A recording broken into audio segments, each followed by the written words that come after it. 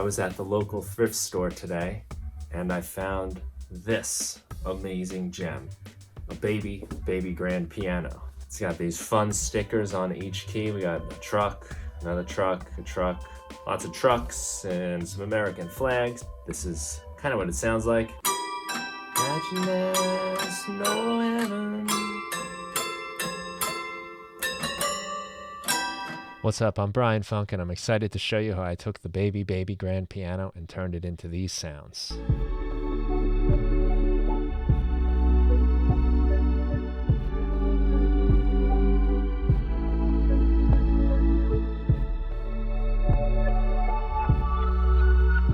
So I started sampling each individual key, and while it sounded cool, the problem is all of the other notes resonate every time you play a note.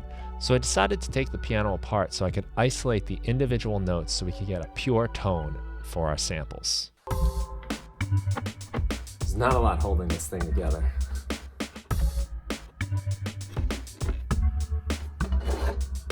Alright, so I think if I take these screws out, I can just get this plate out of here. Let's see. You press the key, like we'll press this one. It raises that little lever there, kind of like a hammer on a piano, and it would hit that note. But a piano has dampers that will prevent the other notes, the other strings really, from ringing. These are like metal rods. So the problem I have is that every single one of these vibrates when you hit just one.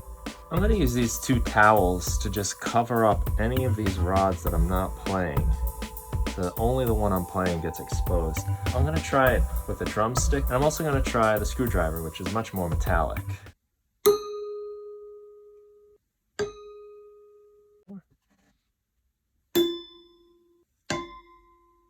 Trying hard not to breathe too much while I'm sampling each one of these. That ought to do it. After sampling all of those sounds, I started building Ableton Live Instruments, and now we have the baby grand Ableton Live pack. And here it is. 8 instruments in total, each with 5 macro presets and a ton of controls that you can use to make all kinds of sounds. I'm really impressed and surprised by the sounds I was able to get out of this little piano. Such a silly little toy, but it sounds magical inside of Ableton Live. This is called Natural, because this is the sound of the piano without any sort of damping. So I just let those rods ring out, and there's all the overtones, and you can kind of hear it. There's a lot going on in these sounds, very bell-like. And compare that to the pure sound, which is now where I dampened the samples.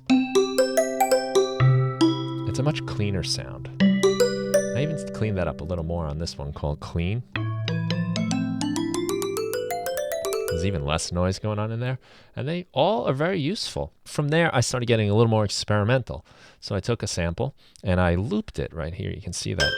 And now when you hold down a note, you get the looping.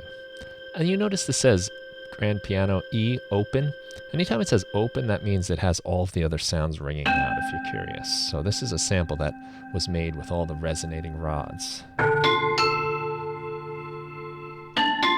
So you can hold that down like a long controlled pad. Anything that says stick, that means it was hit with a drumstick.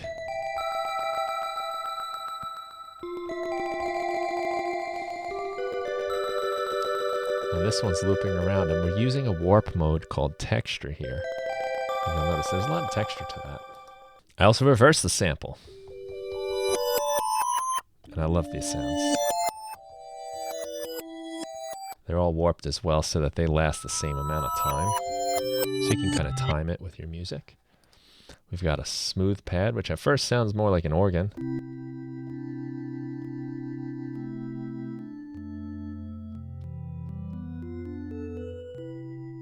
And then this one, pure stretched.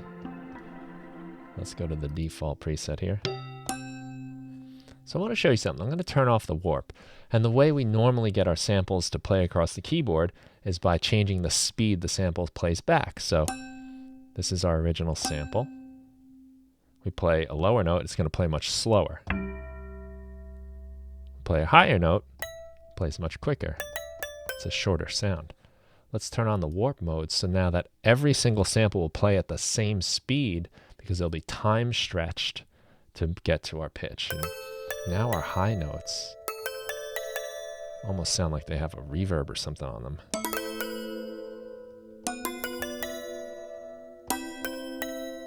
And we'll compare that to with the warp off. And I'll even show you what that looks like on the low notes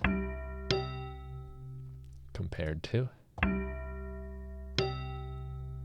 Just interesting how live changes the timbre of our sounds based on whether or not we're using these warp modes. And play around with the different warp modes, you get much different sounds as well.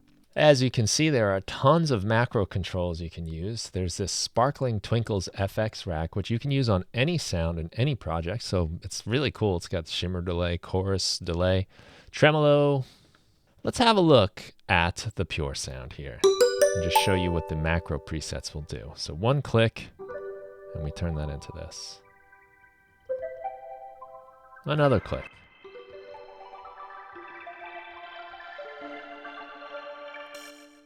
Some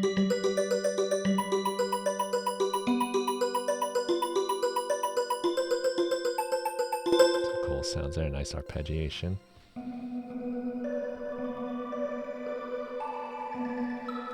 Thinking stuff, this is called. And all this is achieved by just playing with some of these controls and saving the macros here. We can go to our clean. We got bubbling life. Pretty cool sound right there. Totally different. Off to our pad.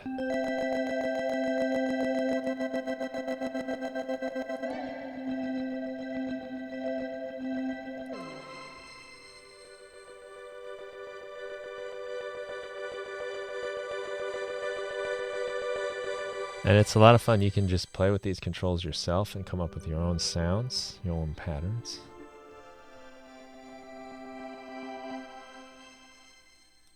Or pad.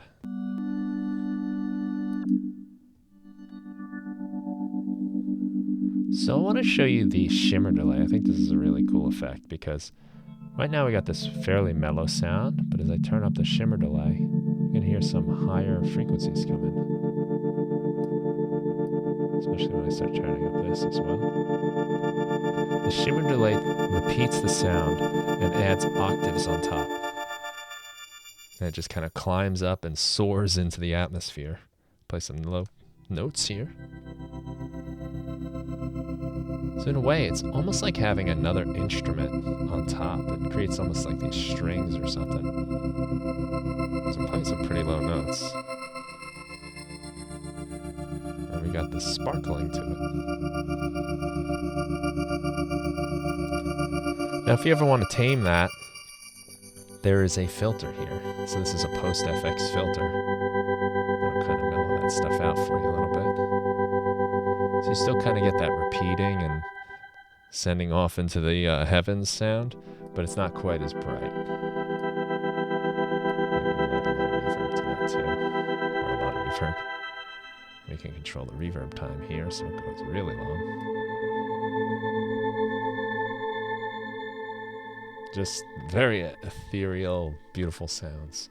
Now this was a surprise, and this is why you always got to keep your eyes open when you're looking for cool new things to make music with. I was searching for a telephone, like an old school handset, because I wanted to turn that into a microphone like Doug Hoyer did on the Music Production Podcast.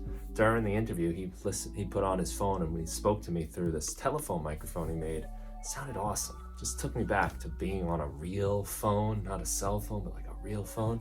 Very intimate sound. So I'll be on the lookout for a telephone handset in the future. But I got lucky and found this piano. There's so much you can do with these sounds that are very interesting and unique. And that's what we want for our music. Unique sounds for your unique sound. You got to go out and do some interesting stuff. That's why it's worth finding something at the thrift store, taking it apart and sampling it and see what you get. I've got new sounds to play with that I never had before, and you can use them too in your music. And if you do, I'd love to hear it, because that is really exciting for me to see what you guys do with these sounds. So thanks a lot for watching. I'm Brian Funk. Check out my work. I got tons of downloads for you for Ableton Live users. I also host a music production podcast where we talk about all things making music. It's a lot of fun. I've learned so much myself, and I think you might get something out of it too if you check it out. Thanks for watching, and have yourselves a great day.